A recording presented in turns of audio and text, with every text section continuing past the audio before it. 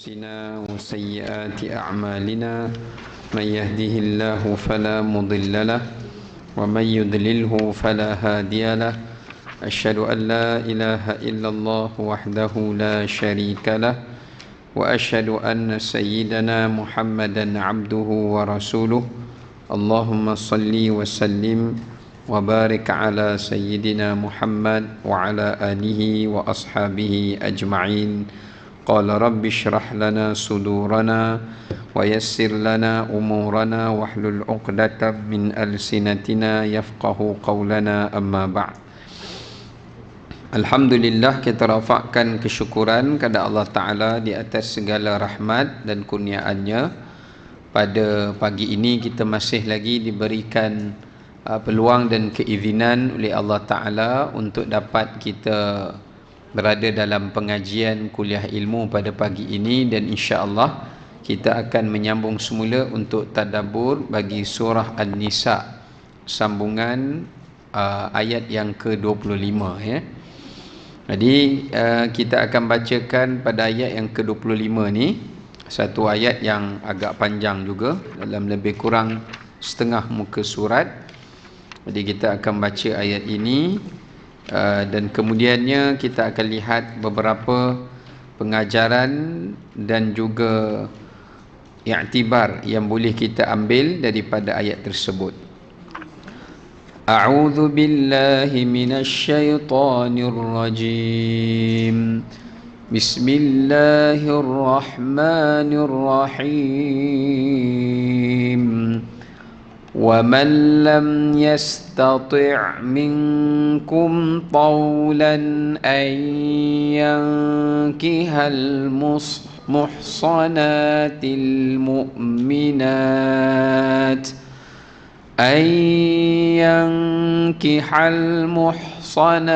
المؤمنات فمما ملكت أيمانكم من فتياتكم المؤمنات والله أعلم بإيمانكم بعضكم من بعض فانكحوهن بإذن أهلهن وآتوهن بالمعروف محصنات غير مسافحات ولا متخذات أخدان فإذا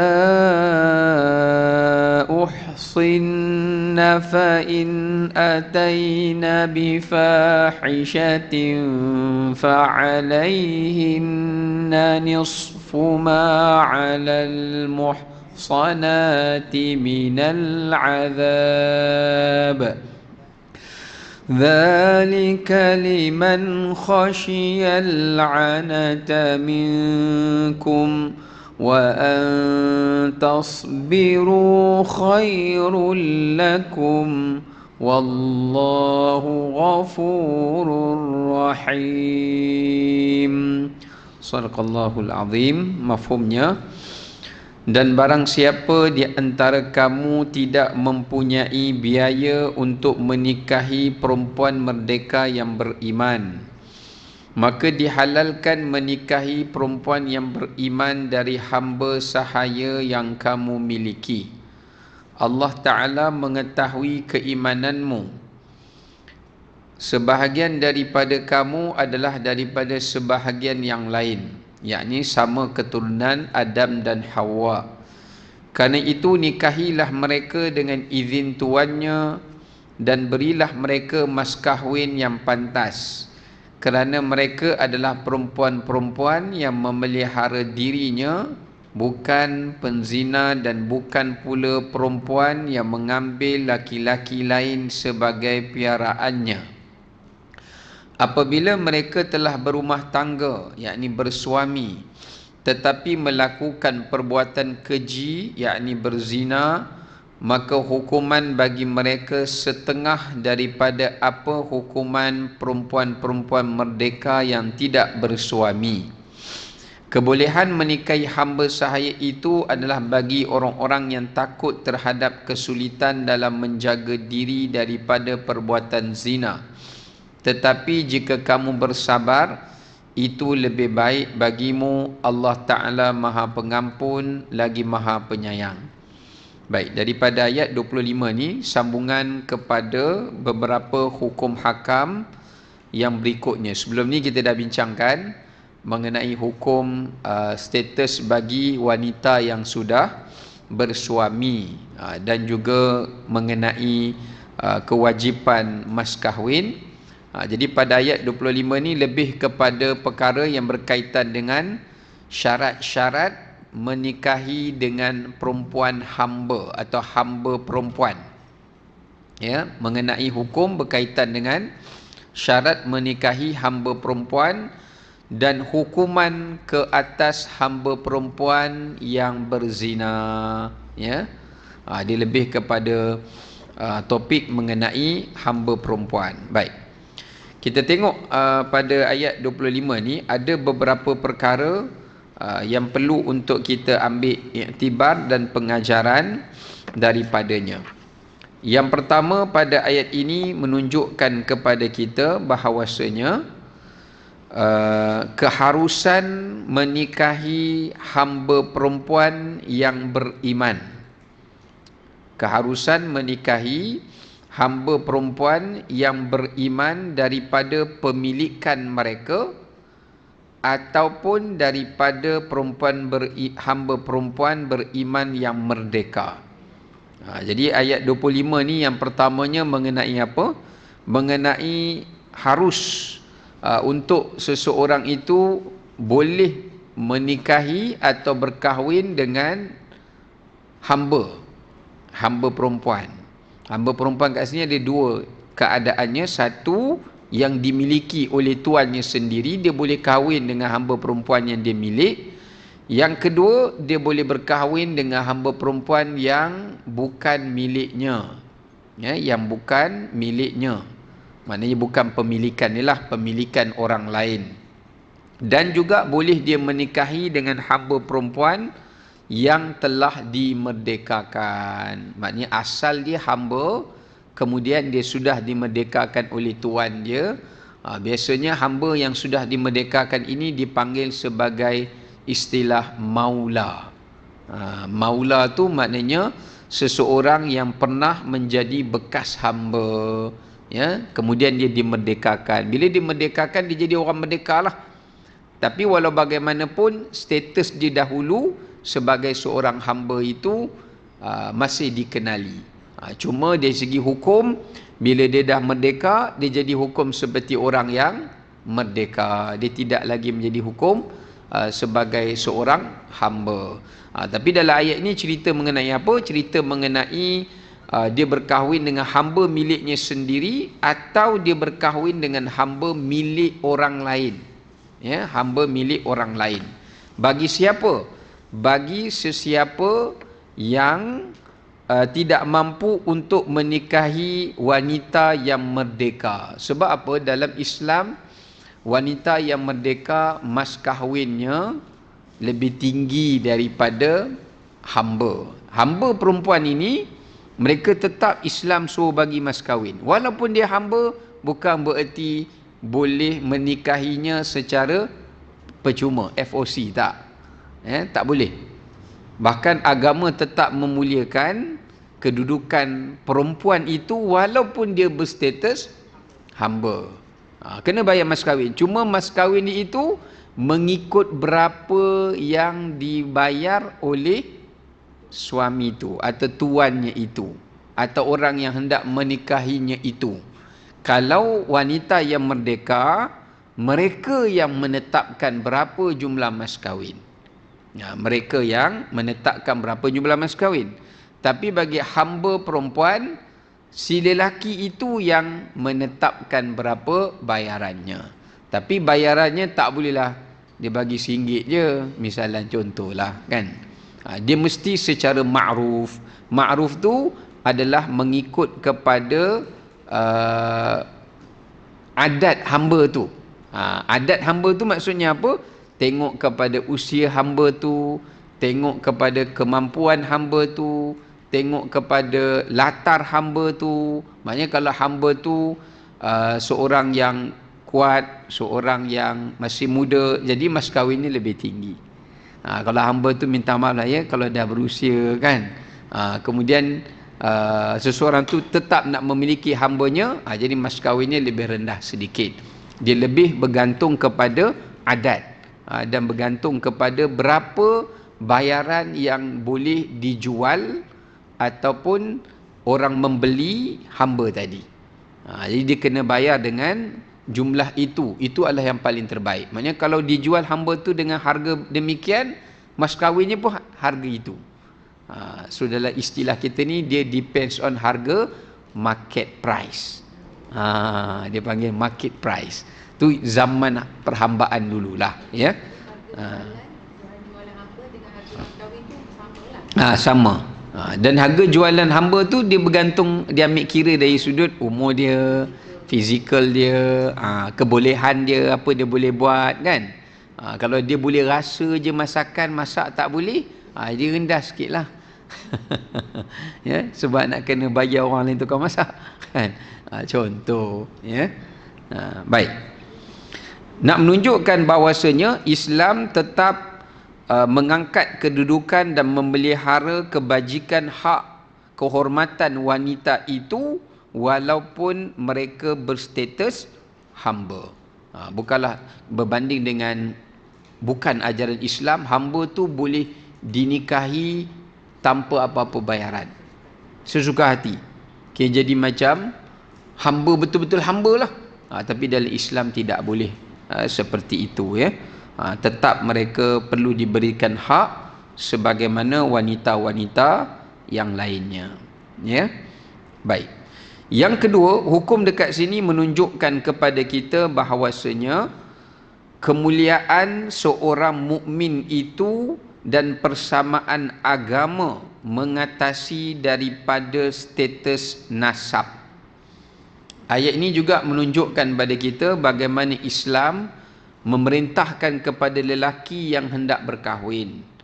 Kalau mereka nak berkahwin dengan perempuan mukminah yang merdeka, mereka tak mampu, mereka tak boleh berkahwin dengan perempuan yang musyrikah, perempuan yang tidak Islam, yang musyrik, yang kafir, walaupun ia lebih baik rupanya, statusnya, nasabnya, atau dia merdeka berbanding dengan perempuan hamba yang beriman. Dia tetap kena mengahwini hamba itu kerana keutamaan dari sudut nilai iman itu, agama itu lebih tinggi daripada nilai keturunan dan status nasab. Sebab itu kalau kita tengok dalam surah Al-Baqarah, Allah Ta'ala juga ada menyebutkan pada firman Allah Ta'ala, wala abdun khairun min musyrikin walau a'jabatkum. Sesungguhnya seorang hamba yang beriman itu lebih baik di sisi Allah daripada kamu menikahi yang tidak beriman sekalipun ia mentakjubkan kamu. Maknanya walaupun kita wow, tengok dia cantik, tengok dia baik, tengok dia itu, tetap hamba yang beriman tu lebih mulia di sisi Allah. Kerana apa? Kerana keimanan dia. Ya. Kalau perempuan tu masuk Islam tak apalah. Ini bagi maksud ahli kitab tu tadi. Ahli kitab yang tadi yang dia tak masuk Islam.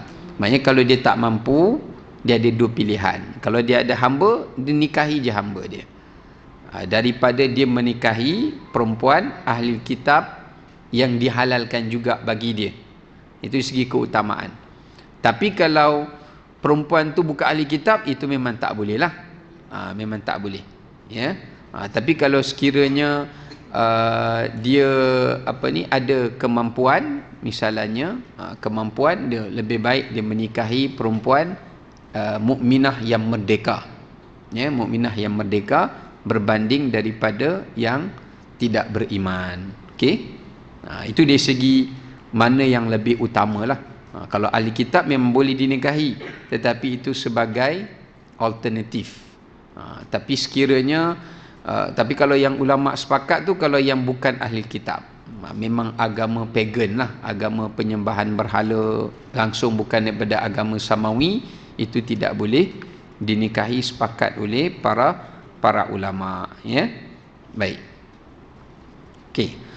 Jadi maknanya dalam Islam keutamaan agama itu mengatasi daripada keutamaan kehormatan. Sebab apa? Sebab dalam maqasid agama, menjaga agama tu lebih tinggi daripada menjaga nasab. Menjaga agama tu nombor 1, menjaga nasab tu nombor 4, ya. Dia lebih bawah daripada menjaga keutamaan menjaga agama, ya. Okey. Sebab itulah di dalam kita dah sebut pada minggu yang sebelum ni, sebab tu dah, walaupun ulama membenarkan mengahwini ahli kitab, ya, dan ada banyak perbahasan ulama, mereka kebanyakannya bersepakat mengatakan lelaki yang muslim yang mengahwini perempuan ahli kitab, bukan sebaliknya. Bukan perempuan muslimah mengahwini lelaki ahli kitab, ya. Sebab surah Maidah tu Allah Ta'ala sebut kepada lelaki, khitab tu, ayat tu dituju kepada lelaki untuk mengahwini perempuan ahli kitab. Okey, baik.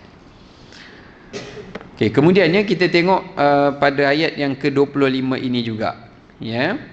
Pada ayat yang ke-25 ini, iaitu tidak boleh mengahwini dengan seseorang itu sehinggalah diuji keimanannya, dan terzahir padanya imannya. Sebab zaman dulu hamba ni tak tahu status agama dia. Sebab dia hamba kan. Kalau orang merdeka ni, dia bebas untuk buat agama dia dalam konteks zaman dulu. Kalau hamba ni, dia tak bebas. Maknanya dia kadang-kala macam ada agama, tak ada agama, sebab dia tak menzahirkan agama. Dan biasanya hamba itu dia akan follow ikut agama tuan dia. Dia macam budak-budak lah. Jadi sebab itu ayat Quran ni menyatakan tak boleh kita kahwin dengan perempuan hamba itu pun sehinggalah kita menguji iman dia. Maknanya kita kena tanya, awak percaya Allah Ta'ala? Awak percaya Nabi Muhammad itu pesuruh Allah? Kalau dia kata dia beriman, dia percaya, baru boleh menikahi dia. Kalau dia tak beriman, dia tak percaya, kita tak boleh paksa dia masuk Islam. Jadi bererti kita tak boleh mengahwini hamba perempuan itu walaupun dia milik kita. Walaupun dia duduk dengan kita, tapi kita tak boleh menyentuh dia, tak boleh menikahinya, tak boleh melakukan perhubungan dengannya. Sebab apa? Dia tidak Islam. Tapi tetap Islam suruh kita berbuat baik kepada hamba perempuan itu walaupun dia seorang kafir atau yang tidak beriman. Sebab tu yang mendakwa agama Islam menindas perhambaan, ini tak benar lah. Sebab hamba yang tak beriman pun agama melarang untuk kita menyakiti dia. Kalau kita tak suka pada dia, merdekakan dia, lepaskan dia. Macam kalau perempuan tu cerai lah kan. Kalau istilah hamba tu, cerai dia tu maknanya adalah memerdekakan dia, bebaskan dia. Sebab tu dalam hadis Nabi kata ada 3 benda kita tak boleh bermain-main dengannya. Kalau kita bermain-main pun jatuh. Pertama talak, yang kedua rujuk, yang ketiga merdekakan hamba. Kalau katakan dia gurau dengan hamba dia, kalau you buat macam ni lagi, I merdekakan you, dia gurau tapi tetap jatuh, ya. Dia sama macam talak lah, sama juga macam rujuk. Walaupun dia mungkin tak ada intention ke zaman nak rujuk tu, tapi dia main-main dengan isi dia, jadi rujuk tu tetap sah lah. tetap jadi juga, ya. Baik. Sama juga kalau dia nak berkahwin dengan perempuan yang tak beriman asalnya. Jadi sebelum dia nak berkahwin, sama ada lelaki atau perempuan, mesti diuji iman dia dulu. Mesti kena suruh dia mengucap dulu. Kalau dia dah mengucap syahadah, dia dah kata dia dah masuk Islam dan sebagainya, baru dia dibolehkan untuk mengahwini dengan pasangan itu, ya. Dia tak boleh secara paksaan. Dan dia tak boleh juga dengan secara kontrak. Tak boleh. Contoh dia kata, okey, I masuk Islam sebab nak kahwin dengan you, nanti I nak keluar balik. Contohlah. Walaiyazubillah, maka itu tidak boleh lah. Perkahwinan macam tu tidak sah.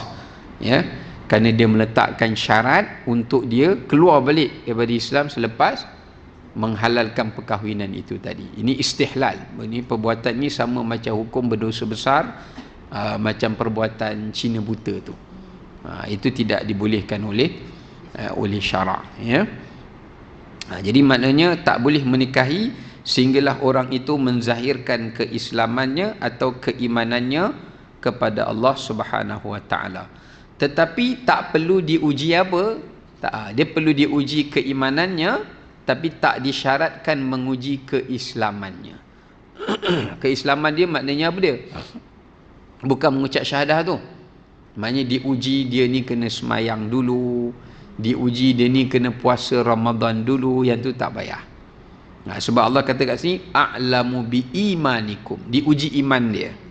Maknanya kena test dia. Dia percaya Allah itu Tuhan yang esa, tak boleh ada percaya banyak Tuhan, atau Tuhan tu berkeluarga, tak boleh. Dia percaya malaikat, semuanya bukan percaya Allah saja, dia kena test dia. Percaya malaikat tak, you percaya angel, percaya. Okey, percaya tak kepada hari kiamat? Percaya. Tapi kalau dia percaya Allah, percaya pada malaikat, percaya pada Rasul, percaya pada hari kiamat, tak boleh. Maknanya semua 6 rukun iman tu perlu diuji dulu. Tapi biasanya kita kadang bila bercinta semua kan, bila kawan tu nak convert, biasanya kita hanya tanya dia percaya pada Allah dan percaya pada Rasul itu. Sebenarnya tidak, ke 6 perkara itu perlu diuji pada dia. Maknanya kena tanya dia, ya. Sebab syarat kepada sah keimanan tu mesti mencukupi kepercayaan pada 6 perkara tadi. Kalau dia tak percaya pada jin tu tak apa lagi, walaupun jin tu benda ghaib, tapi dia bukan menjadi syarat sah pada iman tadi. Tapi at least dia kena percaya pada malaikat. Dia kena percaya pada malaikat. Kalau dia tak percaya sihir semua ni, itu tak apa lagi lah. Itu kemudian kita boleh buktikan pada dia. Tapi yang 6 perkara tadi ni, percaya pada Allah, percaya pada Rasul, percaya pada kitab, ya. Quran pun dia kena percaya. Dia tak boleh percaya pada kitab-kitab dia saja. Kemudian percaya pada malaikat, percaya pada qada dan qadar, dan percaya pada hari kiamat. So 6 perkara ni kalau diuji dia percaya, walaupun kita tak tahu lah, kalau dia sembunyi dalam hati dia tak percaya, tu luar daripada kemampuan kita lah. Tapi kalau dia percaya benda itu, dia ucap syahadah, boleh berkahwin dengan dia, ya, boleh mengahwini dia. Cuma tak perlu diuji keislamannya. I nak tengok you solat dulu. Tidak ada kahwin dengan you, siapa yang jadi imam? Takkan I yang jadi imam, you ikut belakang. Yang tu tak boleh diuji. Yang tu perlu dibimbing kemudian lah, ya. Ataupun puasa dan sebagainya, itu kemudian. Nak suruh dia puasa sebulan Ramadan dulu baru boleh kahwin, jenuh lah kan. Kawan tu pun tak pernah puasa, tiba nak kena puasa sebulan pula. Gamaknya tangguh pula lah perkahwinan tu, ya. Baik. Tapi memang ada kes lah, banyaklah juga yang hubungi saya, dia kata dia kahwin dengan mu'alaf lah, ya, suami yang mu'alaf, tapi tak bernasib baik. Tak bernasib baik tu bukan dari segi apa, dari segi ada 2 yang setakat yang banyak saya dapat lah. Satu, suami dia tu tak praktis Islam, tak practicing Islam, ya. Maknanya kahwin tapi tak semayang, langsung tak semayang. Puasa pun ada di hari dia nak puasa, dia puasa, ada hari tak nak puasa, tak puasa lah. Macam tu lah, ikut mood dia lah kan. Sila tak complete lah practicing Islam ni tu. Jadi dia tanya saya rasa macam tak sah pula nikah sebelum ni. Saya kata sah je, sebab syarat dia iman. Kalau nak ikut tak sah, saya kata ada je orang Islam yang lain keluarga Islam tak sembahyang pun ada. Kan? Bukan suami awak saja, ada orang Islam memang keluarga Islam tak sembahyang, tak puasa Ramadan pun ada. Bukannya tak ada. Ya. Banyak aje, bukannya tak ada kan. Tapi itu bukan syarat kepada kena batalkan pernikahan, tak. Ya. Ini kita nak kena faham betul. Membatalkan pernikahan ni bukan kerana tidak mengamalkan perintah ketaatan pada Allah, tapi membatalkan pernikahan ni dia berkait dengan iman saja. Pertalian suami isteri itu berkait rapat dengan nilai iman dan agama. Berbeza iman dan agama, berbeza kepercayaan, mesti difasahkan. Walaupun kepercayaan sesat, mesti difasahkan. Sebab apa? Islam lebih nak menjaga kepercayaan dan iman berbanding amal. Sebenarnya nak jaga dua-dua, tapi antara dua tu mana lagi penting? Iman tu lagi penting, sebab iman tu boleh mempengaruhi amal. Ya. So katakanlah kalau dia kahwin, suami dia tu pengamal ajaran sesat. Contoh, adalah benda-benda yang dia percaya yang bercanggah dengan Islam misalnya. Ya, misalnya contoh dia kata dia tak percaya qada dan qadar misalnya, atau dia tak percaya, dia percaya qadar, dia percaya qada, dia tak percaya qadar, salah satu. Sebab qada dan qadar ni kena dua-dua. Atau dia percaya qada dan qadar yang baik, dia tak percaya qada qadar yang tak baik. Sebab qada dan qadar kena percaya yang baik dan juga yang tak baik, itu daripada Allah. Dia percaya yang baik je, yang tak baik tak percaya misalnya. Ataupun dia percaya Quran yang tak lengkap. Adalah few things yang berbeza kepercayaan dan nilai iman tu. Yang tu kena difasah. Yang tu kena fasahkan. Ya, seperti mana kepercayaan Sunni dengan Syiah. Kalau sekiranya Syiah yang berbeza dari segi akidah, tapi kalau yang berbeza dari segi praktis tu tak apa. Contoh, suami kita kahwin dengan, misalnya seorang perempuan kahwin dengan suami dia orang daripada Pakistan, betul-betul Pakistan lah, bukan Pakistan yang duduk Pakistan yang duduk kat Malaysia ke, Pakistan daripada sana ke, atau India yang daripada sana ke, yang dia praktis mazhab Hanafi, wife dia mazhab Syafi'i, itu tak payah fasah. Tak payahlah nak telefon, Ustaz, saya nak cerai lah, pasal apa? Suami saya ni sentuh saya batal wuduk. Dia tak batal, ni tak payah cerai lah, hampir ambil je lah wuduk balik semula. Dia mazhab dia tak batal, you punya mazhab batal, you repeat je lah. Itu you nego lah dengan dia kan.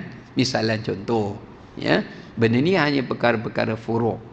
Dia tak membabitkan kepada soal penceraian, tak perlu. Ya. Tapi yang perlu adalah soal berbeza kepercayaan. Macam sebagai Syiah, dia percaya Quran kita ni tak lengkap, itu bahaya.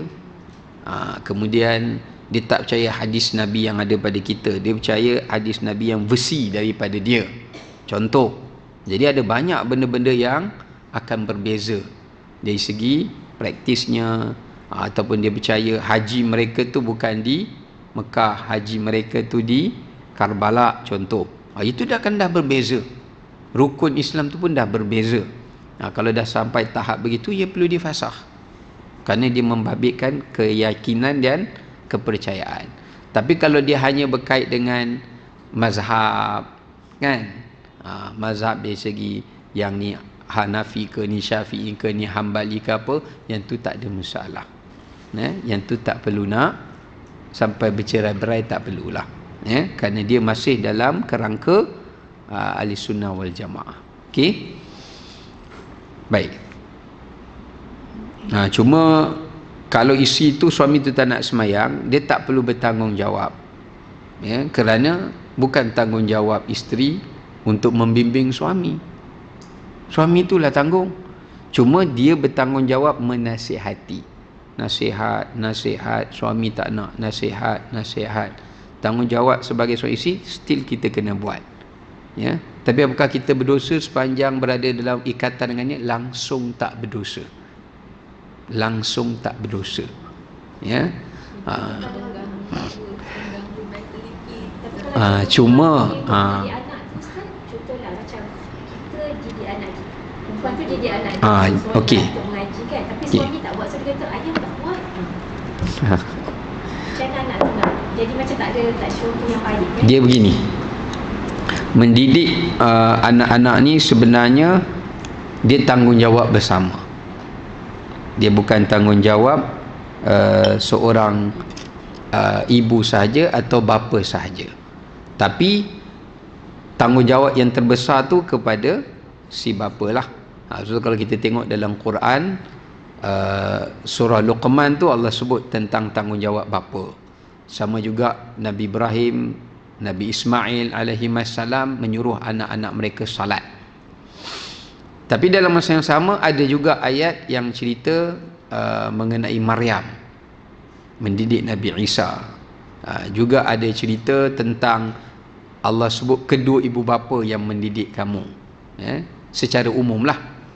Maknanya kepala dia tu bapak lah, tapi ibu tu juga ada peranan. Sebab dalam hadis Nabi kata kedua-dua kamu yang membentuk mereka menjadi Yahudi dan Nasrani. Maknanya kedua-duanya perlu memainkan peranan. Okey, dia balik begini. Kalau sekiranya si bapa tu dia mempengaruhi anak dia, mempengaruhi anaknya, kau tak payah semayang lah, nanti bapa tak ada geng, bapa tak ada kawan, contoh. Tapi kalau si bapa tu dia tak pengaruh, dia kata dia tak semayang, dia tangguh, tapi dia hantar anak dia sekolah pergi semayang, mak dia pun ajak dia semayang, anak-anak dia semayang, dia tak kacau, dia tak pernah halang, itu tak ada masalah. Nanti kejap bagi saya habis jawab. Yang tu tak ada masalah, ya. Tapi kalau budak tu besar esok dia bagi alasan kat mak dia, saya tak nak semayang because of papa tak semayang. Setelah dia balik, itu anak dia tanggung lah. Ini saya cerita masa sebelum anak tu balik dalam proses pendidikan. Kalau dah besar anak tu dibuat pilihan tu sendiri, dia nak join bapak dia, yang tu anak tu tanggung lah kan. Sebab mak tu dah bagi yang terbaik dalam pendidikan dia. Okey? So itu tak ada. Yang perlu dibincangkan adalah kalau dia mempengaruhi, dia paksa anak dia marah anak dia semayang, kau tak payah semayang, biar ibu kau seorang je semayang, contoh, ya. Bahkan dia pengaruhi anak dia dan sebagainya. Yang ni kalau berlaku polemik yang macam ni, barulah ada ruang dalam agama untuk orang kata apa, berbincang, kita panggil sebagai suluh. Kalau tak boleh suluh, maknanya kalau suami tu tak nak mengalah, dia tetap nak pengaruh macam tu, baru boleh pergi kepada jalan fasakh. Ya, kalau isteri tu rasa tak tenang kan. Sebab perkahwinan ni kan dibina atas 3 tu kan, dan surah Ar-Rum. Ya, pertama sayang. Kau dah tak sayang, macam nak hidup sekali kan. Kadang-kadang isteri tu dah tahu hati kan, suami dah kantoi buat macam-macam. Kita tak boleh paksa. No. Kita mesti jaga ni, nanti arasy Allah bergegar. Masalahnya kau jaga pun bergegar juga. Terpaksa pisah sebab nak cantum pun bergegar. Asyik bergaduh je kawan ni, dosa lagi bertambah. Tak ada jalan. So tu tak boleh memaksa untuk menjaga, juga tak boleh memaksa untuk berpisah. So dia kena tengok bila tak ada rasa sayang. Tidak ada yang kedua apa Allah kata? Sakinah, ketenangan, tak tenang. Macam tadilah. Anak dah ni. Misalnya lah. Kalau tak ada sakinah, dan last sekali rahmah, tak ada sifat ihsan, belas kasihan tu tak ada. Maknanya suami tu langsung tak ada ihsan kat isteri dia, tak ada ihsan kat anak dia, main terbiar begitulah, no point. Sebab perkahwinan tu dibina atas dasar 3 benda tu, ya. Tetapi dengar sampai habis, kalau isteri tu ambil pilihan, dia jenis isteri yang berjiwa besar. Tak semua isteri macam ni lah. Dia memanglah tak tenang, tapi dia yakin dia boleh kontrol dia punya anak. Maknanya walaupun dia tahu anak dia ada ikut bapak dia, tapi dia rasa dia boleh manage, dia boleh bersabar, dia boleh bertahan, sampai ke tahap yang mana dia mampulah, misalnya, bukannya terus macam I fed up lah mengalah misalnya. Itu tak semesti pilihan dia begitu, bergantung pada wanita tu lah. Kalau dia rasa saya nak cuba lagi, ya Allah tolong bukakan pintu hati anak saya, dia cuba sampai dia berjaya. Mungkin sampai limit yang dia rasa macam anak dia mungkin dah kahwin dah ke kan, masih macam tu, mungkin dia give up. Itu hak dia lah kan. Boleh dia buat macam tu. Okey, baik. Untuk kes yang macam ni kan, macam bapak tu solat tak solat, gimana kalau pas kami bapak nikahkan anak kan, dia sendiri dia nikahkan anak dia, macam mana nikahan tu? Okey, para ulama mazhab mereka mensyaratkan wali ataupun saksi ni mesti bersifat adil, tidak fasik.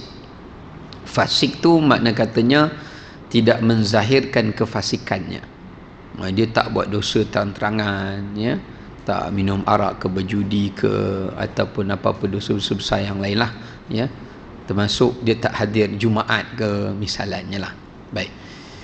Tetapi ulama contemporary, ulama yang khalaf kemudian, bila dia tengok keadaan umat Islam ni makin teruk kan, itu fitnah ujian lah.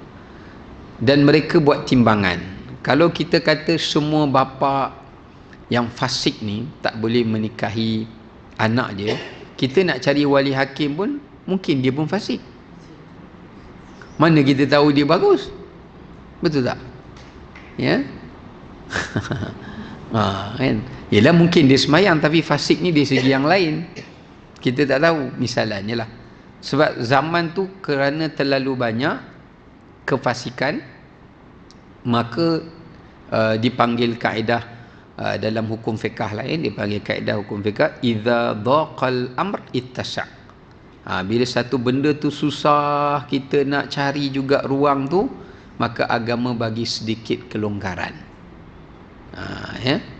Sebab zaman yang macam Nabi sebutlah, kita nak hidup, nak jauhi daripada debu riba tu pun susah, mesti kena juga. Maka apa yang terkena tu Tuhan maaf.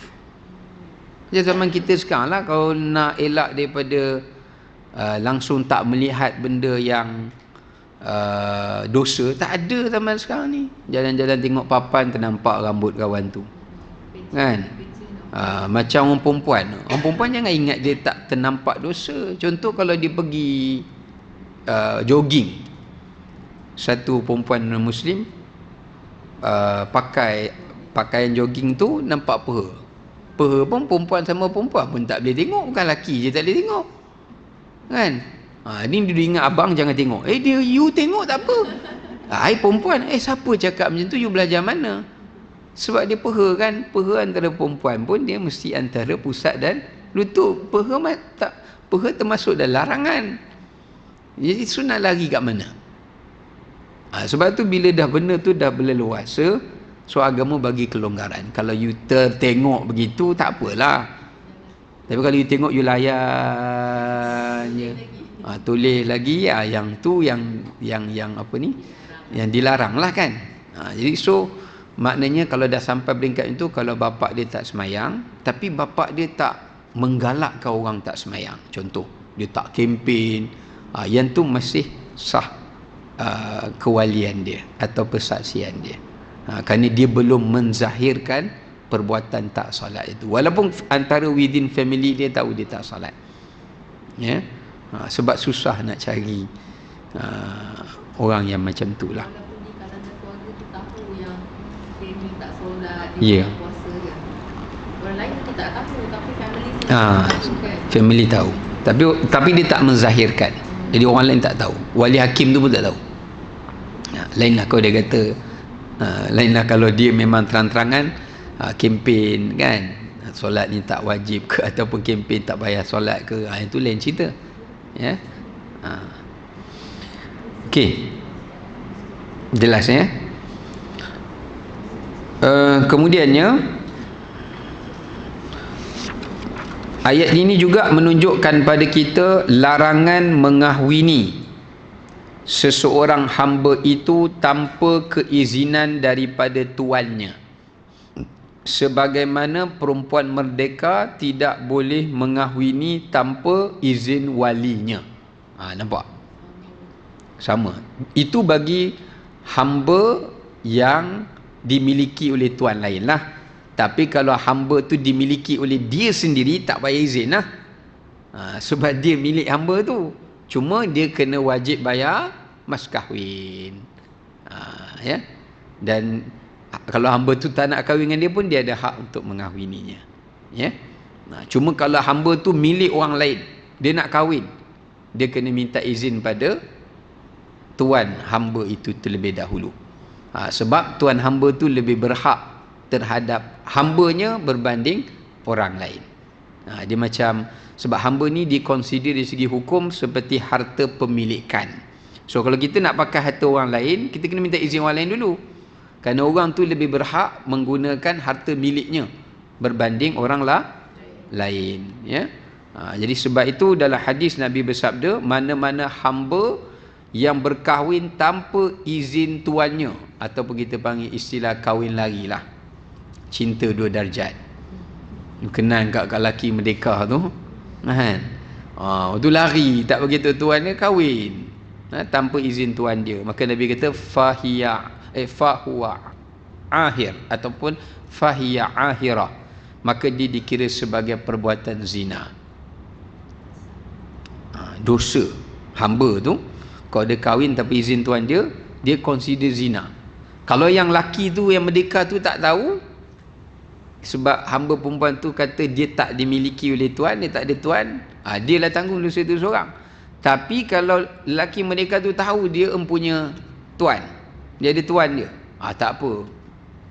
Yang penting nobody can, orang kata apa, pisahkan cinta kita. Ni poyo punya lah kan. Sampai dia langgar hukum kan. Maknanya kedua-duanya akan menanggung dosa zina itu. Dosa zina tersebut. Okay. Berbeza dengan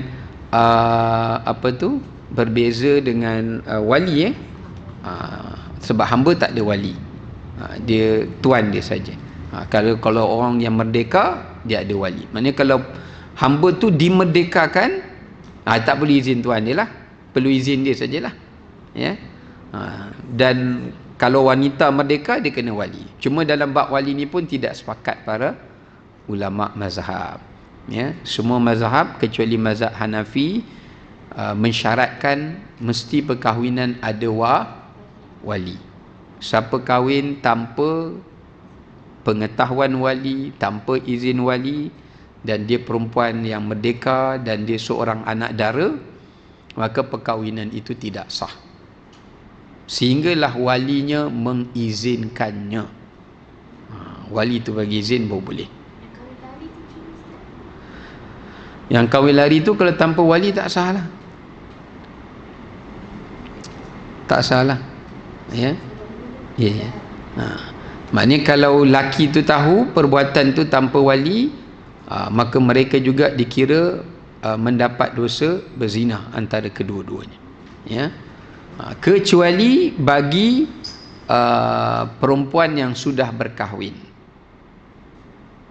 Perempuan yang sudah berkahwin kemudian bercerai, kita panggil apa?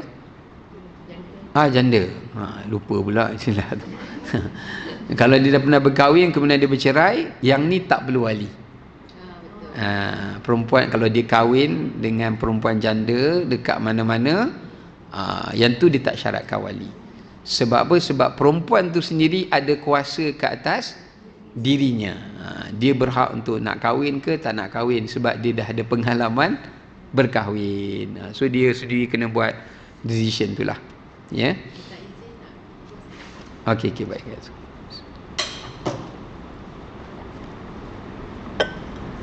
Okey. Jelas ya? Bahkan dalam hadis Nabi sebut mana-mana hamba ataupun anak yang lari daripada mak ayah dia. Lari, jenis lari tak balik ni. Ikut dia punya buaya friend. Dia ikut kan. Ikut tu tak mau lari dah. tak mau balik dah misalnya. Itu pun ada hadis Nabi sebut, mana-mana idza abaqal abd, bila hamba tu lari daripada tuan dia sedangkan dia masih milik tuan dia, sama dia lari kerana berkahwin dengan orang merdeka, atau dia lari tu sebab dia larikan diri, tak nak duduk dengan tuan dia misalnya, sedangkan dia belum dimerdekakan dan tuan dia dah beli dia, maka Allah tidak mengangkat solat dia. Kalau dia beriman, dia semayang, solat dia tu tidak diangkat, sah tapi dia tergantung, sehinggalah dia kena balik kepada tuan dia. Kalau yang si anak tadi tu, dia balik kepada pangkuan mak ayah dia lah, bapa dia sebagai wali dia, kerana dia masih dalam tanggungan mak ayah dia. Dia masih dalam tanggungan mak ayah dia. Baik. Kewujudan hamba asalnya macam mana ya, tawanan perang ke keturunan ke asal? Kalau ikutkan, memang bukan asal seseorang tu lahir hamba tu, tidak. Sebab kita semua berasal pada Nabi Adam AS dan Hawa, dan semua tu merdeka. Semua yang dilahirkan oleh Hawa itu semua orang yang merdeka. Cuma istilah hamba ni berlaku adalah apabila peperangan berlaku. Asalnya ni, sejarah dia, bila perang berlaku, orang yang ditewaskan atau yang ditawan itu dijadikan hamba. Siapa yang buat benda tu? Bukan agama, manusia lah. Yang mewujudkan sistem perhambaan ni manusia itu sendiri. Bila dia tawan, dia menang, dia dapat perempuan-perempuan ini, dia jadikan perempuan tu sebagai hamba abdi dia, hamba suruhan dia lah, ikut sukalah dia nak buat apa tu. So daripada situlah wujudnya orang kata apa, keturunan hamba tadi, keturunan demi keturunan, keturunan demi keturunan. Anak-anak tu hamba atau tak? Masa tu bagi sistem manusia tu still hamba. Tapi bila Islam datang, Islam kata kalau maknya hamba, dilahirkan anak mereka, dia dah lepas. Itu ikut hukum lah.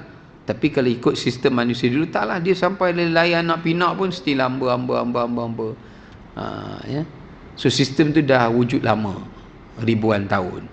So bila Islam datang, benda tu Islam suruh cepat-cepatkan merdekakan hamba-hamba itu, supaya dah tak ada lagi wujud sistem perhambaan. So zaman kita sekarang, sistem perhambaan tak adalah. Kerana orang yang ditawan dalam peperangan itu pun mereka tak dijadikan sebagai hamba. Walaupun mereka dianggap sebagai tawanan perang, tapi mereka tak dijadikan sebagai hamba. Okey. Okey, baik. Kemudian Kalau yang ikut raja-raja ni, dia pakai gundik-gundik tu, hukum dia haram. gundik ni Haram. kalau dalam istilah dulu, gundik itu boleh jadi hamba. Boleh jadi hamba. Tapi boleh jadi tidak hamba. Sebab ada juga raja-raja yang dia suruh tangkap semua perempuan-perempuan, anak dara ni, bawa, lepas tu dia pilih, lepas tu dia paksa duduk dengan dia, tapi dia bagilah tempat tinggal, dia bagi everything lah. Cuma kena jadi hamba dia lah, seumpama hamba. Yang tu ataupun kita panggil istilah perempuan simpanan lah. Kalau ada yang memang hamba betul, yang memang dia beli, tapi ada yang secara paksaan macam tu. Kalau cara paksaan macam tu, zina lah, ya, haram lah, ya. Tapi kalau dia kahwin dengan perempuan tu, yang tu halal lah. Kalau melalui perkahwinan tu halal, ya. Okey, kemudiannya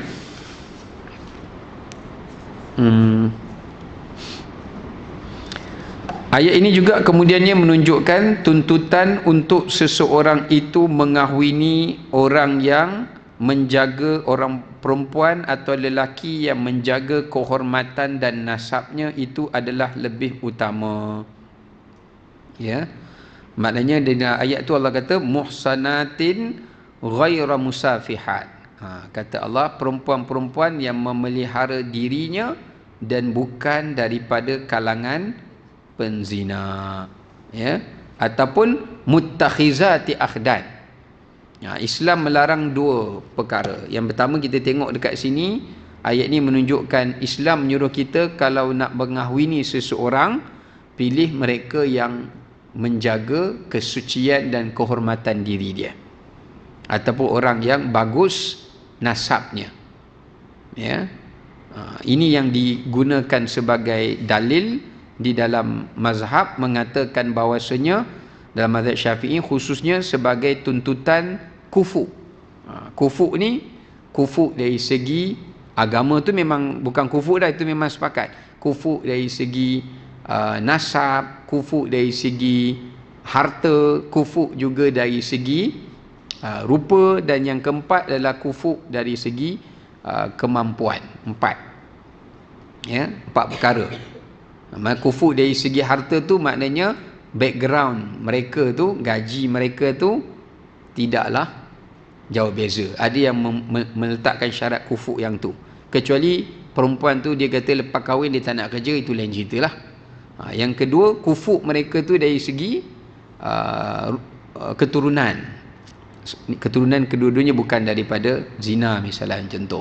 Kemudian kufu dari segi rupa, mana yang kufu yang sesuai untuk mereka boleh terima lah.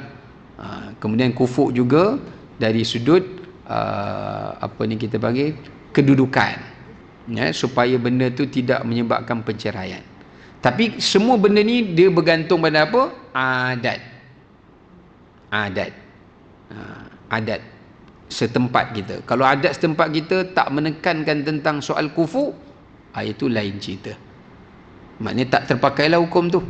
Dia nak kahwin, orang perempuan Melayu nak kahwin dengan lelaki negro Islam ke, maknanya adat kita tak menentang. Kalau ikut kufu, dia kena kahwin sama Melayu lah. Itu yang kufunya, supaya dia boleh kenal sesama dia. Tapi kalau adat setempat kita tak syaratkan macam tu, so kufu tu tak terpakai lah. Faham ya?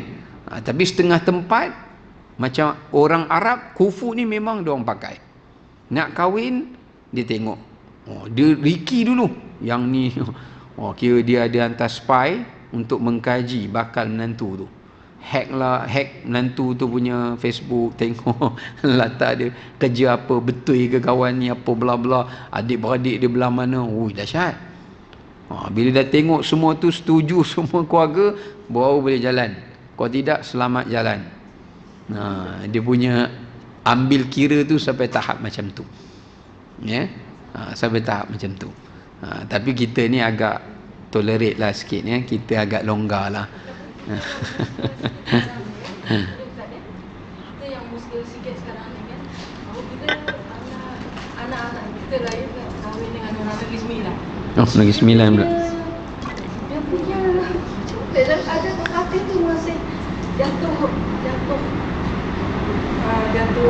harta ni jatuh kepada orang perempuan 100%. Oh ya. Kita pun bertanya macam mana ya? Kamu macam mana ya?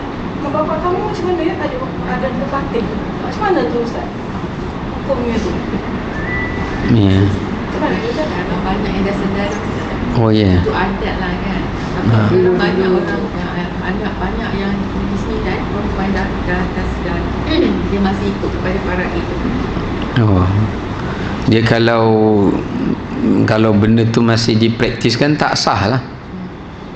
Tak sah lah dari segi hukum tu.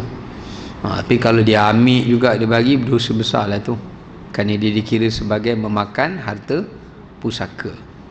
Tak boleh. Tapi kalau adat tu kata bukan dia dapat hak, dia jadi pemegang amanah, itu tak apa. Adat tu tak bercanggah.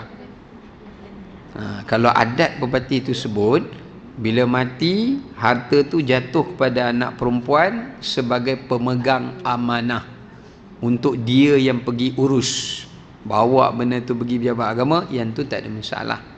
Sebab tu bukan pemilikan, itu pengurusan. Mungkin sebab, saya tak pastilah kan, saya tak ada kenalan. Mungkin sebab orang dulu dia lebih percaya kepada anak perempuan untuk uruskan harta tu berbanding anak lelaki. Saya takut dapat anak lelaki, dia perhabis duit tu. Jadi dia bagi penyerahan itu kepada anak perempuan, kalau adat tu sebut macam itulah. Tapi kalau dia kata pemilikan, yang tu memang tak boleh lah. Macam kita lah, kita suami kan, dia buat name of kin isteri dia, takkan berdosa, tak ada masalah. Sebab isteri tu sebagai pemegang amanah, bukan pindah milik dia 100%. Tapi masalah orang kita sekarang ni, bila dah letak nama dia, dia kebas ke dia ingat dia punya. Bulat-bulat dia punya, dia ambil lah semuanya. Itu masalah. Ya. Contoh ya, ini penama. Sebab tu banyak kes sebenarnya. Tapi ni atas keimanan lah. Ini yang saya dapat maklumat lah. Contoh ada yang tapi tu yang saya kata tu pun suami tu dia ada pencen. Dan dia letak nama, tapi nama pencen tu biasanya memang isteri pertama lah, tapi dia berpoligami. Ya.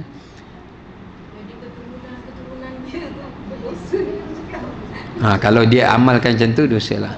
Tapi kalau macam pencen, kena tengok pertama sekali apakah duit pencen tu dikira duit pusaka, ataupun kalau tanah tak boleh lah.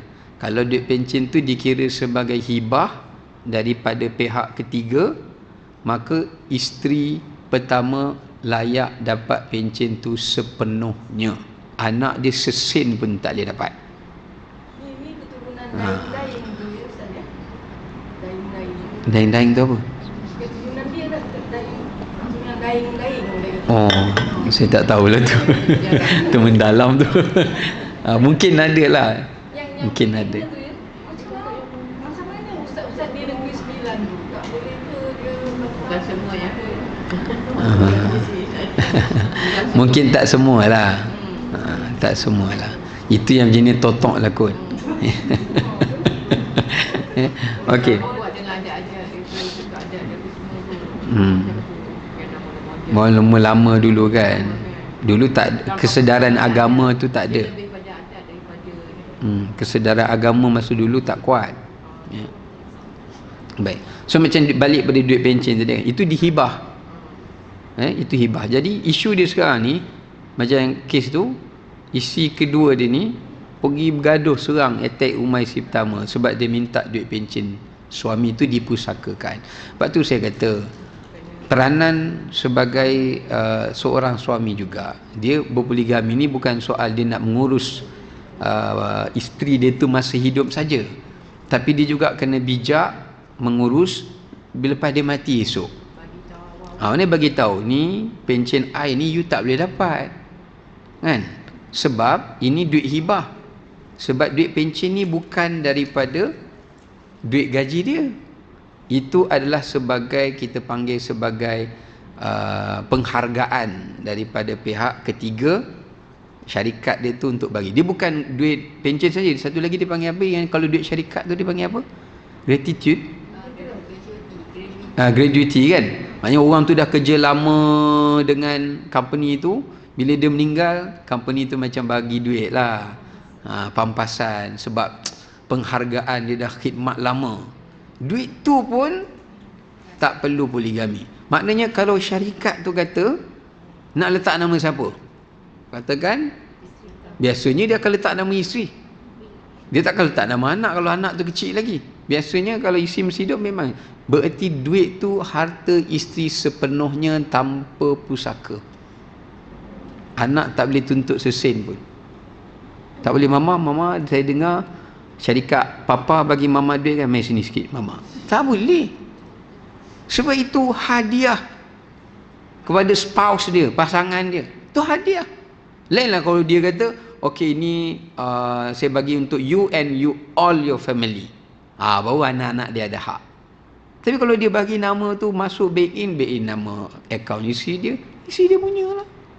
Dia tak ada hak. Itu kalau yang bagi nama. Kalau yang tak bagi nama, biasa ada 3 isteri, hukum mengatakan 3 dapat. Macam tu Ustaz. Kalau pencen yang dia ada kahwin 3, kemudian mungkin tak ada penama kata pasti, kalau berikut dari hukumnya. Okey, kalau misalnya kalau dia kata ini untuk isteri si mati, ya, tanpa dia letakkan penama lah misalnya, contoh jadi tiga-tiga lah berhak, bahagi tiga je lah. Tapi kalau dia bagi penama tu kepada isteri pertama misalnya, sebab company tu kena isteri pertama je, dia tak tahu kawan tu ada isteri nombor 2, isteri nombor 3 kan. Tu nasib lah. Nasib badan lah.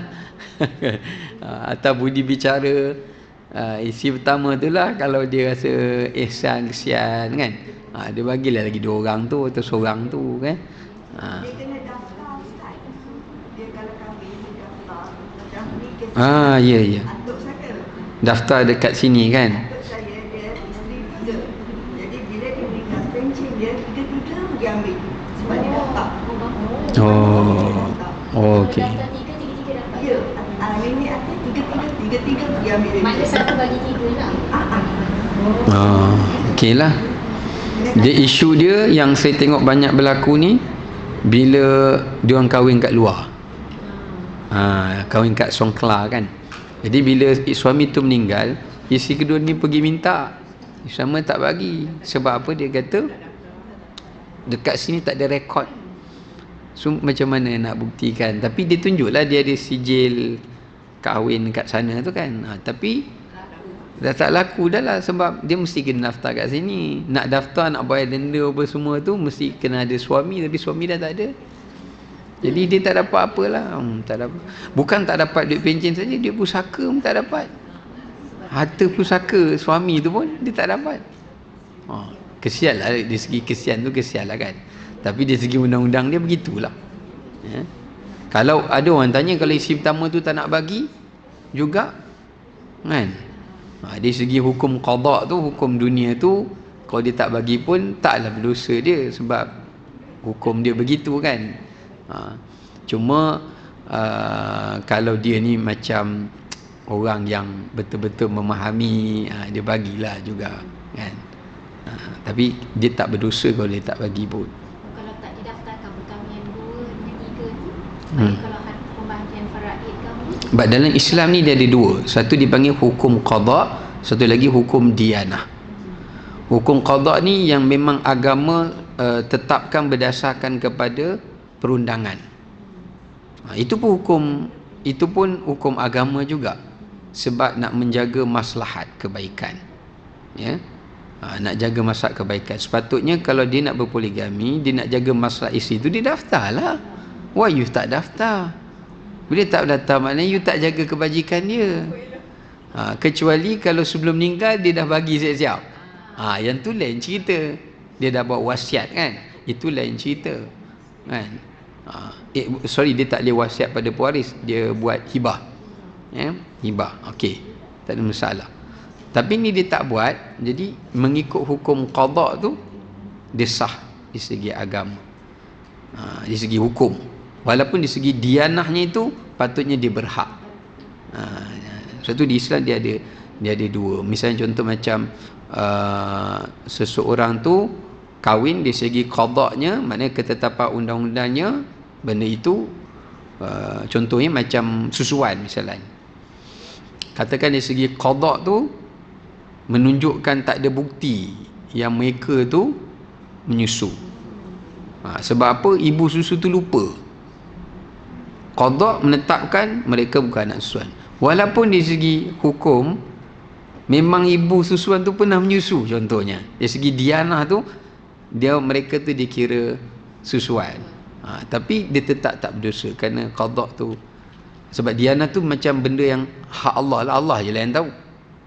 Umpama dianah ni macam orang masuk Islam, dia sembunyi hati dia. Dari segi dianah tu tak sah Islam dia, sebab dia berpura-pura. Tapi di segi qada yang zahirnya sah. So Islam dikira yang qada tu. Soal dianah itu tu Tuhan yang balas esok. Sebab itu luar daripada kemampuan manusia. Ya. satu lagi pasal insurans nyawa, life insurance kan. Kadang-kadang suami dia letak nama isteri saja, isteri tu sebagai penama kan. Tapi adakah insurans tu akan dibahagikan mengikut faraid daripada Kalau duit insurans ni dia kena tengok akad tu lah, kena tanya dia. Pemberian insurans ni atas kematian ke, atas kecelakaan ke apa ni, Yang ni contohnya, atas dasar hibah ke. contohnya life insurance lah, suami dia meninggal kan, Hmm. ya, life insurance dia banyak lah. So Hmm. penama tu isteri, penama lah kan. So adakah insurans tu amount tu difaraidkan yang nama isteri tu? Setahu saya insurans ni dia jadi faraid. Yang difaraidkan. Sebab contribution daripada suami tu ada. Sebab dia kena bayar kan, setiap bulan dia bayar. Walaupun dia bayar tu taklah sebanyak yang dapat, tapi still ada usaha dia tu. Yang selebih tu dikira sebagai hibah, hadiah daripada pihak syarikat lah. Tapi duit dia dalam tu pun still ada. Kalau diikut dalam Islam tu, dipanggil insurans tu dipanggil takaful. Maknanya dia bagi duit, orang lain pun bagi duit. So bila dia mati, duit dia campur dengan duit sumbangan orang lain, dapat kat dia. Dapat kat dia. Maknanya ada duit dia kat situ dan duit sumbangan orang lah. Jadi itu memang kena faraid. Tapi ni kalau macam syarikat yang bagi sebagai penghargaan ke apa ke semua ni, yang tu dipanggil hibah. Itu bukan faraid ya. Okey, last sekali kita tengok kat sini, menunjukkan kepada kita hukuman ke atas hamba adalah separuh daripada hukuman ke atas orang yang merdeka. Ya. Okey, kalau kita tengok dalam Islam, sekejap ya.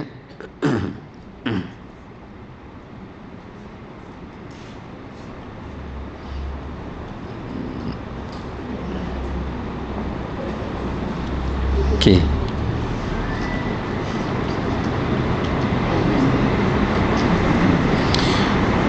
Okey, di sini ada beberapa perbezaan yang ulama letakkan dari sudut orang yang merdeka dan juga dengan orang yang merupakan hamba.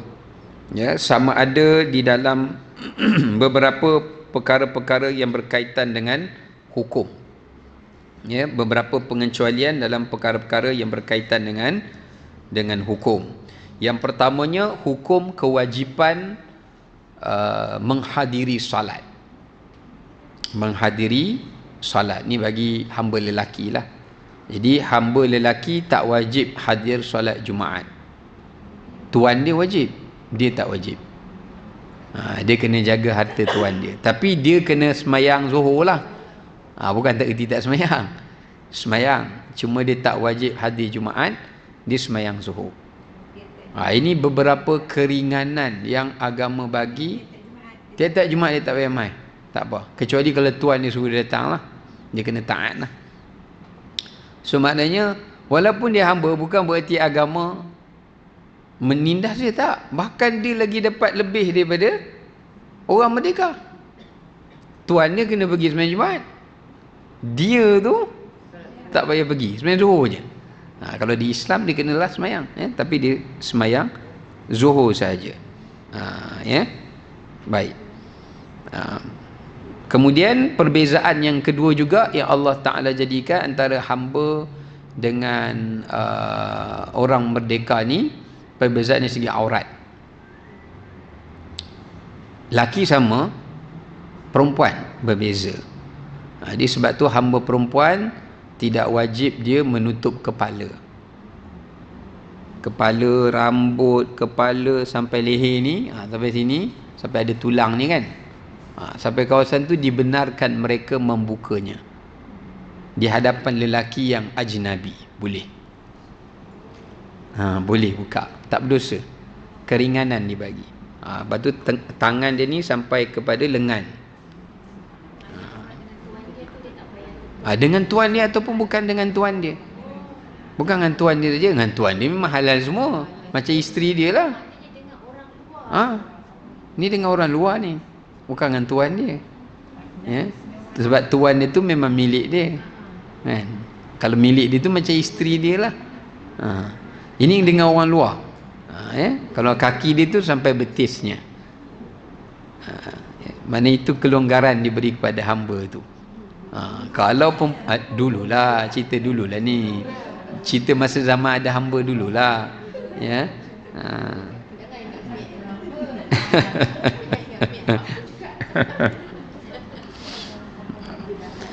Jadi diberikan apa ni, rukhsah lah, kelonggaran kepada hamba itu, ya. Sebab tu hamba kalau dia solat, sebab dia tak wajib tutup aurat tadi, tak wajib. Kalau dia solat kadang terbuka rambutnya pun sah solat dia. Solat pun diberi kelonggaran sebab nak bagi dia cepat, habis sembahyang tu cepat dia pergi buat kerja. Senang.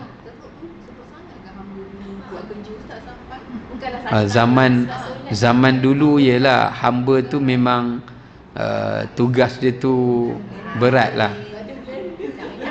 Sebab zaman dulu kan semua tak ada yang prosesor ni, semua giling, kayu api bubur. Saya ingat lagi saya pergi mana tak bawa anak-anak, saya tak ingat. Saya pergi Bukit Kepong. Pergi Bukit Kepong sajalah bawa cuti tu kan.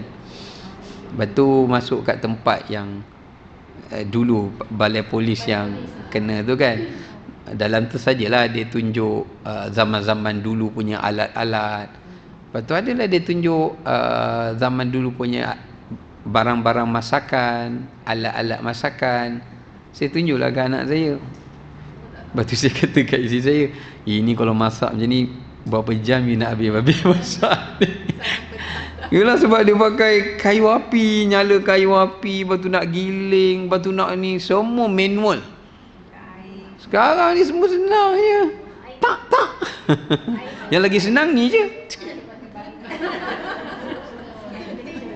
Tekan je sampai. Lagi tak payah buat apa. Orang lain tolong masak. Lama dulu saya fikir, ya Allah, macam manalah nenek-nenek dulu kan. Nak masak pukul berapa kena masuk dapur ni? Nyala kayu api. Dah nyala pula nak kontrol, siapa punya kontrol kan. Ukur kelapa. Adalah alat ukur kelapa tu. Saya tunjuklah dekat anak saya. Bush, itu lagi banyak pahala dia tu. Lepas tu nak buka kelapa tu lagi, tarik tu lagi. Bukannya senang. Santan sekarang beli dah packing siap dah kan. Tu saya kata berapa jam lah. Sempat lah. Tapi dah ada moden jugalah. Apa blender tu semua dah ada dah. Dulu tumbuk kan. Tumbuk tu. Sebab arwah atuk saya dia masih suka benda manual tu. Dia tak suka blend tu, dia suka tumbuk. Kukur tu pun saya pernah belajar. Ngukur duduk atas tu kan. Kukur tu pun saya pernah belajar. Yang moden sekarang ni dah pakai mesin tu kan. Wah, yang tu senang je. Ya. Buat challenge je. Try yang tu. Ui, susah tu. Terus tak nak masak Okey, baik. So maknanya teruklah kerja hamba tu dulu tu. So sebab tu ulama kata, kalau hamba tu tengah salat, Tuan dia kata, aku merdekakan kau. Dalam keadaan dia tak pakai tudung, batal salat dia. Sebab tu saya teringat lagi Syekh saya pernah bagi soalan. Dia kata banyak-banyak perempuan apa yang semayang tak pakai tudung sah. Saya pening kepala. Macam mana tak pakai tudung sah? Saya pun jawab lah, darurat kot. Dia tak ada pakaian lain kan. Itu darurat. Dia kata ni bukan dalam keadaan darurat. Rupanya hamba. Masa tu belajar kan. Baru tahu ya. Rupanya hamba ni tak wajib. Ya. Sampai tahap macam tu dalam semayang pun dia tak wajib tutup. Tapi kalau dia nak tutup boleh lah. Tapi kalau dia tak tutup tak ada masalah. Ya, tak batal salat dia. Ya.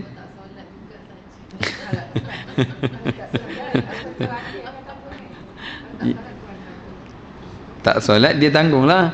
Tapi tuan dia boleh paksa dia solat lah. Okey, yang seterusnya, kelonggaran yang Allah Ta'ala beri juga kepada mereka adalah iaitu dari sudut hukuman. Ya, Allah Ta'ala bagi dari sudut hukuman. Ya. Seperti mana Allah sebut dalam ayat Quran ni, iaitu hukuman mereka adalah separuh daripada hukuman orang yang merdeka. Separuh tu banyak tu. Contoh kalau perempuan yang berzina, tanpa berkahwin 100 sebatan dia kena 50 saja. Padahal dia orang manusia biasa juga. 50 dia kena. Diskaun 50%. Kalau 20% okey lagi. Ni 50%. Apa hikmahnya Ustaz? Ya. Apa hikmahnya?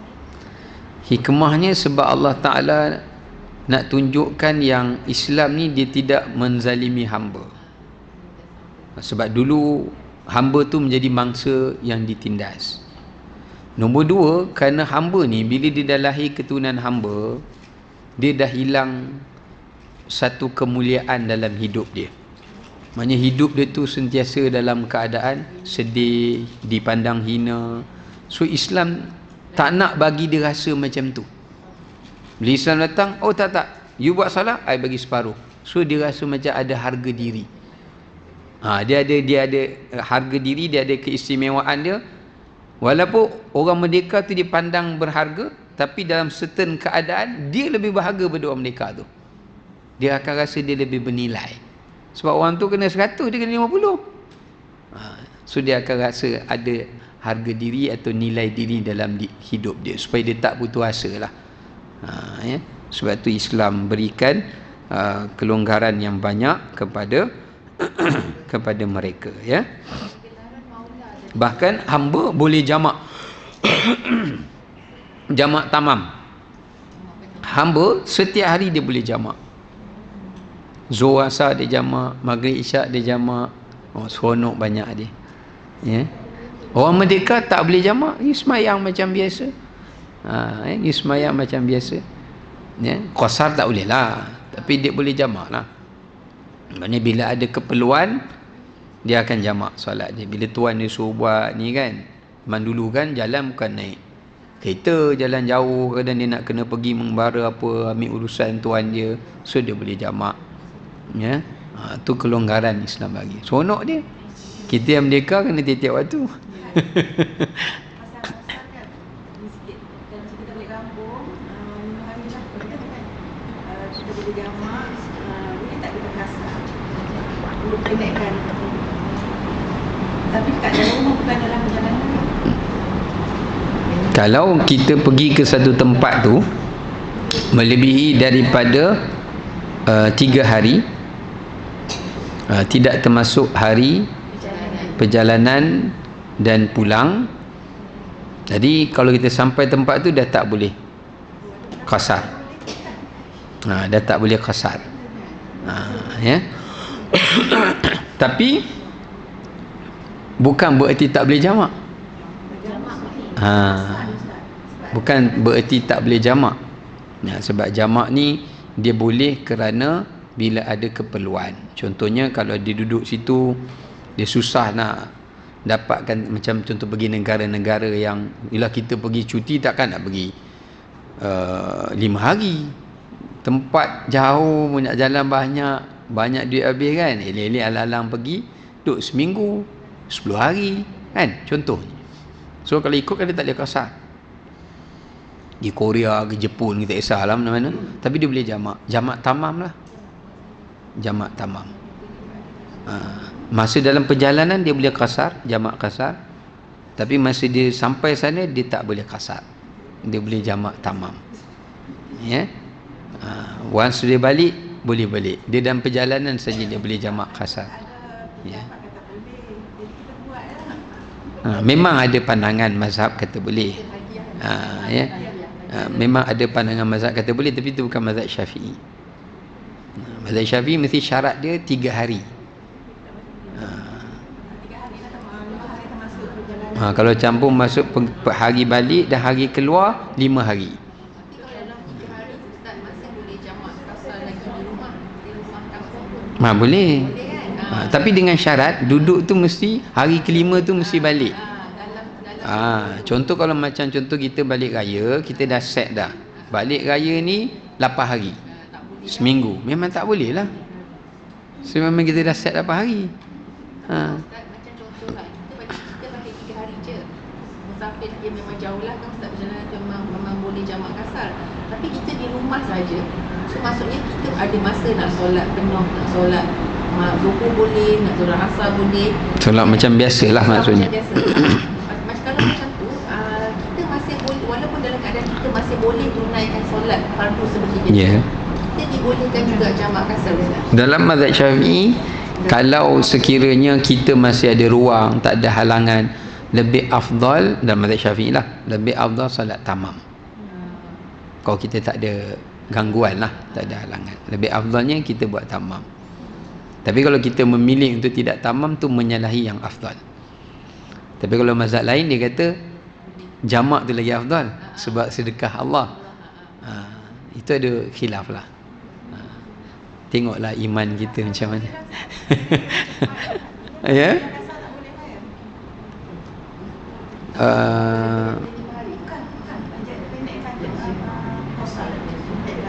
Yelah tahu pendekkan tu, tapi nak duduk tempat jalan tu berapa hari? 5 hari termasuk perjalanan pergi balik. Boleh. Tapi kita kat rumah tu dah Boleh. kasar. Boleh. Kan rumah tu boleh. Boleh. Boleh. Cuma yang maksud saya tak boleh tu, kalau akak nak pergi satu tempat tu lebih 5 hari. Nak pergi 7 hari, nak pergi 10 hari. Nak pergi 7 hari, nak pergi 10 hari tu tak boleh lah. Sebab dia dah lebih. Sebab dia dah lebih. Contoh macam nak pergi jalan luar-luar negara, takkan nak pergi sekejap-sekejap kan? Katakan akak pergi Korea, pergi Balkan, mana ada orang pergi 5 hari Balkan? Perjalanan saja dah habis sehari dah. Pindah tempat boleh Ustaz kan? Kalau pindah tempat lain lah. Pindah tempat lain. Ustaz nak clearkan Tapi mesti pindah tu hari yang tu dah kena keluar. Kalau dia tak keluar, consider dia tak boleh dah. Sebab dia dah putus. Dikira perjalanan baru lah. Dia kira perjalanan baru. Banyak kan? Macam kata pergi Korea 7 hari kan? Ya. Satu hari pergi, satu hari balik. Ya. 5 hari kita kat sana, kita duduk hotel yang sama. Pergi 5 hari? Katakan kita pergi 7 hari. Okey. Pergi balik satu hari dari sebabnya 5 hari kita dekat sana. Okey. Dekat hotel yang sama. Kita boleh jamak kasar tu sepanjang jamak kasar 3 hari ke, atau lepas kat sana boleh jamak tamam. Tak boleh langsung jamak kasar. Jamak kasar Sebab dah duduk 5 hari. Kau campur hari perjalanan 7 hari. So maknanya sampai saja hotel sana tak boleh jamak kasar. jamak tamam boleh. Jamak tamam boleh. Kasar tak boleh. Sebab kasar ni untuk orang musafir. Tapi kalau jamak tamam tu macam keperluan lah. Contoh akak nak susah kan nak semayang kat sana, lepas tu kan pergi jalan-jalan sana, bukan ada tempat solat mudah macam kita. So bolehlah jamak tamam. Tapi jamak tamam lah, bukan jamak kasar. Jamak tamam. Jadi dah sampai sana memang tak boleh jamak kasar. Tak boleh. Terus jamak tamam. Iya. Kecuali dalam perjalanan. Ataupun kecuali macam akak pindah-pindah. Mula pergi Seoul. Kan, duduk 2 hari, terbang pula pergi mana pula. Duduk 2 hari, terbang pula. Yang tu boleh lah. Itu tak ada masalah. Ustaz tadi macam yang cerita balik kampung tu 3 hari kan. Dalam mazhab Syafi'i, mana yang lebih afdal, kita mengerjakan solat zuhur, asar ataupun kita jamak tamam? Macam kita waktu zuhur kita sembahyang zuhur, asar kita sembahyang asar kan. Okey. Balik kampung lah contohnya 3 hari. Yang mana lebih afdal dalam mazhab Syafi'i, kita jamak tamam ataupun kita solat pada waktunya? Solat pada waktunya. Pada solat waktu. Solat pada waktunya lebih afdal. Sebab itu hukum asal kita. Okey, wallahu alam. Kita berhenti sampai situ. Nanti insya-Allah kita sambung ayat 26. Ya. Ya. Adik saya dia ada letak duit pada anak buahnya kira banyaklah juga. Lepas tu dia cerita kalau terjadi apa-apa meninggal, dia kata kau gunalah duit tu untuk keperluan ada nak sedekah wakaf. Tapi keluarga dia tak tahu. Anak dia tak tahu. Jadi macam mana kalau dia meninggal, adakah jadi duit pada pusaka? Kena Dia wasiat tu kat siapa? adik saya wasiat pada anak buah dia. Oh, anak saudara dia lah. Tanpa Okey. keluarga dia tahu. Okey. Dia kata kalau ada jadi apa-apa atas saya, kata dia macamnya gunakanlah duit ni. sama ada nak buat sedekah ke, nak buat wakaf ke. Misalnya bila dia meninggal, adakah walaupun keluarga dia tak tahu, adakah duit itu jadi harta pusaka ataupun boleh mana? Jadi harta pusaka. Harta pusaka kena beritahu keluarga dia. Kena bagi tahu. Sebab dia bagi tahu tu hanya atas dasar sebagai pemegang amanah saja. Bukan untuk dia bagi duit dekat anak buah dia tu, bukan. Bukan dibagi, dia pandai-pandailah buat apa nak buat. Pemegang amanah lah tu. Maknanya dia kena uruskan lah. Jadi kena beritahu keluarga dia lah. Pertama sekali bila berlaku kematian, bagi tahu dulu, saya ni arwah pernah cakap gini. Sebab anak buah dia tak ada hak pada harta tu. Sebab dia tak termasuk dalam pewaris. Ya. Kecuali kalau si mati tu buat atas dasar wasiat. Maknanya wasiat, ada bukti wasiat lah. Dia bolehlah ambil guna daripada harta tu 1/3. Tapi kalau tak ada, dia kena bagi tahu kat waris, kata arwah sekian. So kalau dia nak buat wakaf pun mesti kena atas persetujuan waris. Dia tak boleh, pandai-pandai dia tak boleh. Maknanya kena jadi harta pusaka lah. Ya. Baik. Okey. Assalamualaikum warahmatullahi wabarakatuh. Kita tangguh tasbih kafarah dan surah Al-Nas. Insyaallah. Bismillahirrahmanirrahim. Alhamdulillahirabbil alamin. Wassalatu wassalamu ala sayyidina sahbi ajma'in. Allahumma aghnina bil ilmi wa zainna bil hilmi wa akrimna bit taqwa jamna bil afiyah. Allahumma inna nas'aluka al afwa wal afiyah fid dunya wal akhirah. Rabbana atina fid dunya hasanah fil akhirati hasanah wa qina adzaban nar. Wassallallahu wasallam ala sayyidina Muhammad wa ala alihi wasallam. Alhamdulillahirabbil alamin.